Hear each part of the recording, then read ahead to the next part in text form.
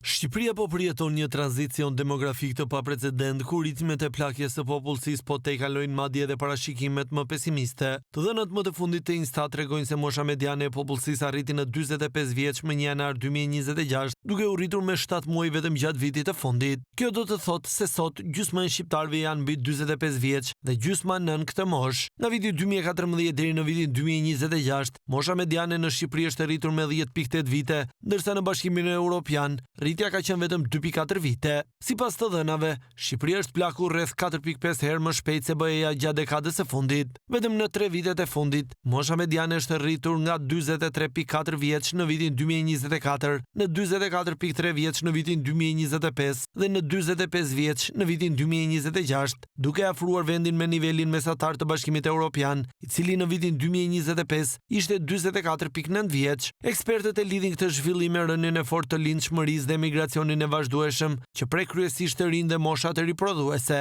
Si pasojë, struktura e popullsisë po zhvendoset me shpejtësi drejt grup moshave më të vjetra. Pasojat pritet të jenë të ndjeshme në tregun e punës, për shkak të mungesës së burimeve njerëzore dhe rritjes së moshës mesatare të fuqisë punëtore. Në të njëjtën kohë, skemat e pensioneve dhe sigurimeve shoqërore do të përballen me presion financiar në rritje, ndërsa sistemi shëndetësor do të kërkojë më shumë investime për kujdesin ndaj të moshuarve dhe trajtimin e sëmundjeve kronike.